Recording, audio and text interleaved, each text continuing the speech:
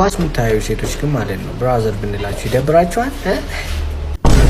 ለበዓል ባሌን ለማስደሰት 115,000 ብር የገዛውትን ከነልጄ ቆንጆ ቀሚስ ላሳያችሁ።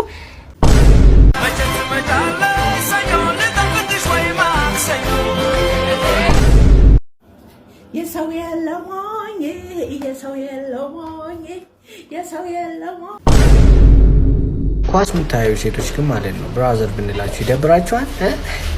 ብሮ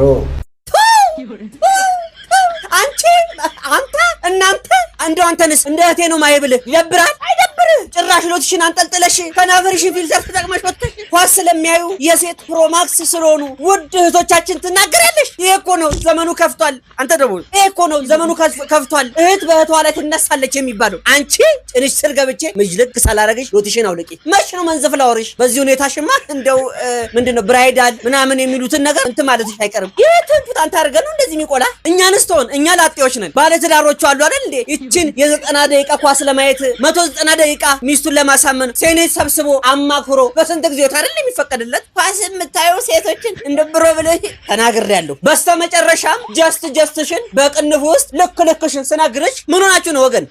እንዴ 1 ሚሊዮን ልንገባ እኮ ትንሽ ነው የቀረን። ፎሎ አድርጉ፣ ኮፒ ሊንክ አድርጉና 1 ሚሊዮን እንግባ። ምን ነው ስታክ አድርገን ቀረንሳ? ቴንክ ዩ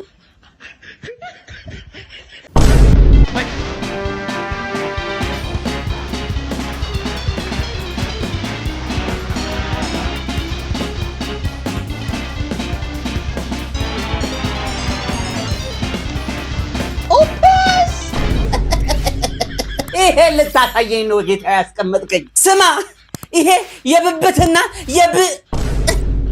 ለመሰለ ጸጉር ጁስ ስማ፣ ለዚህ ጭድ ለመሰለ ጸጉር ዜኒት አነሰው፣ የጉድጓዱ አንሶት ነው ኮኮስ አነሰው፣ አሊያም ደግሞ ወዛ እንዲልል ጌሻ ባዝሊን አንሶ ነው ወይ? አንተንና መሰሎችን ይዘን ነው ከግብጽ ጋር የምንዋጋው? የጓዳ እድር ነው እንጂ መሰብሰብ ያለብን።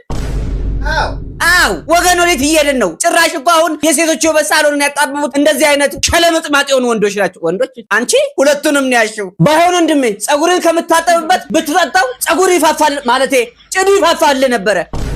አንተንማ በዚህ ማቁላላት ወንድ ማለት ይከብደኛል አለሽ። ለማንኛውም ፎሎ ላይክ ሼር እና 5 ጊዜ ኮፒ ሊንክ መደረጉም እንዳይረሳ። 20 ጊዜም ቢሆን አይከፋኝም። ቴንክ ዩ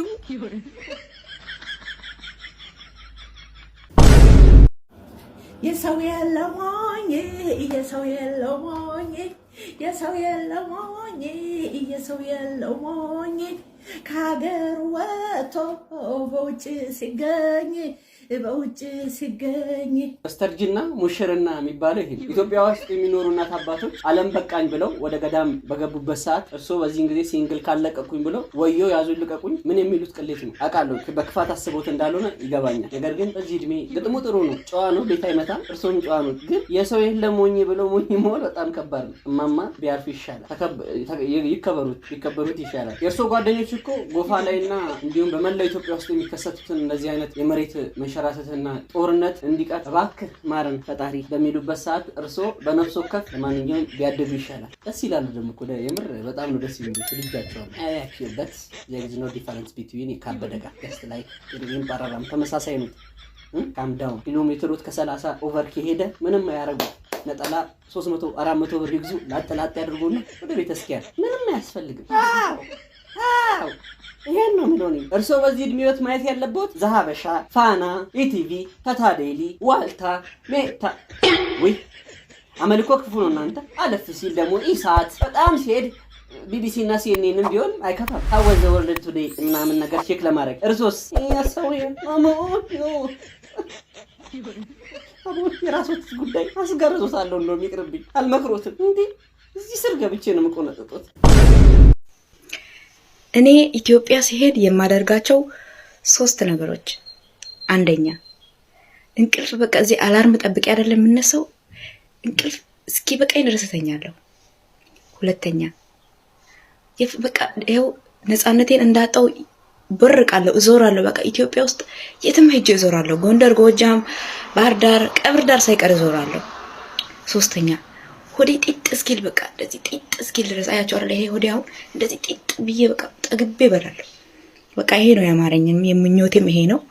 እና ሌላው እንግዲህ ያው ህይወት ይቀጥላል ማለት ነው። እንግዲህ ያው እንደዚህ ነው። ለአንዳንዶቻችን በጣም ቀላል የሆነ ነገር ለሌሎች እህት ወንድሞቻችን ከባድና እንደው ማድረግ የማይችሉት ነገር ይሆናል። በነገሮችና በአንዳንድ አጋጣሚዎች ሀገር የወጡና በስደት የሚገኙ እህት ወንድሞቻችን ትልቁ ህልማቸው አሁን እንደምታዩት ነው። ነገር ግን ሀገር ውስጥ ሆነን እምብርቅንጥስ የሚያደርገን ከ100% ቢያንስ 40 እና 50ዎች አለን አመስግነን መኖር ያቃተን። እዚህ ያለነውንም ፈጣሪ የሰጠንን ነገር አምነንበት ፈጣሪ ለማመስገን ያብቃን። በውጭ ሀገር ለምትኖሩ እህት ወንድሞቻችን፣ በሰው ቤት ለምትሰሩና እንዲሁም በሰው ሀገር ለምትለፉ ላባችሁን ጠብ ለምታደርጉ እህት ወንድሞቻችን ወደ ሀገራችሁ ገብታችሁ ምኞታችሁ ሐሳባችሁ እንዲሳካ ፈጣሪ አምላክ የልቦናችሁን የልብ መሻታችሁን ይምላላችሁ ይላለው። ጸሎት ስታደርጉ በሰው ሀገርና በበረሃ ለሚከራተቱ እህት ወንድሞቻችን ከክፋት ውጪ የልባቸው መሻት እንዲሞላላችሁ ጸሎት ማድረጋችሁን እንዳትረሱ። እወዳችኋለሁ፣ የምር አከብራችኋለሁ። ቴንኪው። ለበዓል ባሌን ለማስደሰት 115,000 ብር የገዛውትን ከነልጄ ቆንጆ ቀሚስ ላሳያችሁ። ከዛ እሱን አብረን ሰርፕራይዝ እናደርገዋለን። ላሳያችሁ። ምን ነው ይሄን ያህል በንግግሬ እስከ ገሃነም ደጃፍ ድረስ አንከልክዬ ካልወሰድኳችኋል። አሃ አንቺ ነሽ የመሬት መንቀጥቀጡን ያስነሳችሁ። በቀን 3 እንኳን በማይበላበት ሀገር 115,000 ብር ቀሚስ ደግሞ ሰርፕራይዝ ላድርገው ልድፋው ነፍስ ላጥፋ አዲም ለኔ ያርገው አልሰማውም ነበር ማለት ነው። አሁን ነው ወንድሜ እዛው ባፍጥሙ ድፍት ብሏላ 115,000 ብር። እኔ እኮ ከውልደቴ እስካሁን ድረስ ኦዲት ቢደረግ ራሱ የሁሉ ገንዘብ አላወጣው። ስሚኝ 115,000 ብር እኮ ማለት በኔ ላይፍ ስታይል ስነግርሽ ጀንጀኝበት ጋብዤ ፕሮፖዝ አድርጌ ሽምግልና ልኬ ሽምግልናውን 2 ጊዜ 3 ጊዜ አንሰጥም። የዛሬ 6 ወር ኑ ተብሎ የሱፍ ኪራይ የምናምን ከፍዬበት የሽምግልና ቀን በጋ ሳርጄ ሰርግ ደግሼበት በቃ ከሚስቴ ጋር ፏ ያለ ኑሮ ኖሬ ለልጄ ልጄ እንኳን ያን ያህል የሚያስቸግር አይመስለኝም። ምክንያቱም እኔ ለበስኩትን ቆረጥ ያደረኩኝ የአባቴን ሱሪ ቁንጣ ተደርጎ ነው የተሰጠኝ። እኔም የኔን ሱሪ ቁንጣ አድርጌ ሰጠዋለሁ። ኧረ እንደው ፈጣሪ ካልፈራውና ሄም ካልያዘኝ አዲስ ቢዝነስም ልጀምርበት እችላለሁ። 115 ራኝ አሁን ፍሪ ነኝ። በቃ አሁን ምንም እንትን የለብኝም፣ ነፃ ነኝ። አሁን ውሰደኝ። 115,000 ብር ለልብስ። ይሄ ነገር ተሳስቼ እንደሆነ ሴሪያል ነምበሩ ይሁን ኧረ እዚህ ዓለም ላይ አይመስለኝም ያለሁት። እንደው ውሃ ደፋ አድርጉብኝ ትንሽ እንድነቃ እንኳን ህልምም እየመሰለኝ ነው ነገር። ለምሳሌ አሁን ከለበስኩት አንፃር ከራስ ፀጉሬ እስከ እግር ጥፍሬ ድረስ ያለውን አውትፊት ኮስቱም ብነግርሽ ከኛ በላይ አንቺ ነሽ ሰርፕራይዝ ሆነሽ ፌንት ነቅለሽ እስከ ወደኛው ጫፍ የምታሸልቢው። እንደው እኔ ቁም ሳጥኔ ጋር እኩል አንድ ላይ ቢደምር ከ10,000 ብር አላልፍም። ያን ያህልም ድፍረት ውስጥ አልገባም። 115,000 ብር ጭራሽ አንድ ቀሚስ ኑሮ ለብሰሽ ልትሄጂ ነው? ይኸውልሽ አሁን ባለንበት ሁኔታ ያን ያህልም ከበድ ያለም ነገር ባይሆንም ሽንኩርት፣ ዘይት ምናምን የሚለውን ነው እኛ ቼክ ብናደርገው እንጂ የልብስ ዋጋ እንኳን ቼክም አድርገንም አናውቅም። እልፍ ሲል ውልብ ብሎብኝ ነው ያንቺ ነገር። እንደው አላልፍሽ ብዬ ነው። አንድ ምክር ስመክርሽ ሰርፕራይዝ አታርጊው። ይቅር እንደው ባይ ነኝ። ለማንኛውም ጥሩ ሴት ነሽ፣ ምክር ትሰሚያለሽ። ለቤቱ አዲስ ከሆናችሁ ፎሎ፣ ላይክ፣ ሼር እና ኮፒ ሊንክ መደረጉ እንዳይረሳ። እስቲ ዳይ ጋይስ 1 ሚሊዮን ፎሎወር እንግባና እንደው እኔንም ሰርፕራይዝ አድርጉኝ። ፌንት ልንቀል። ቴንክ ዩ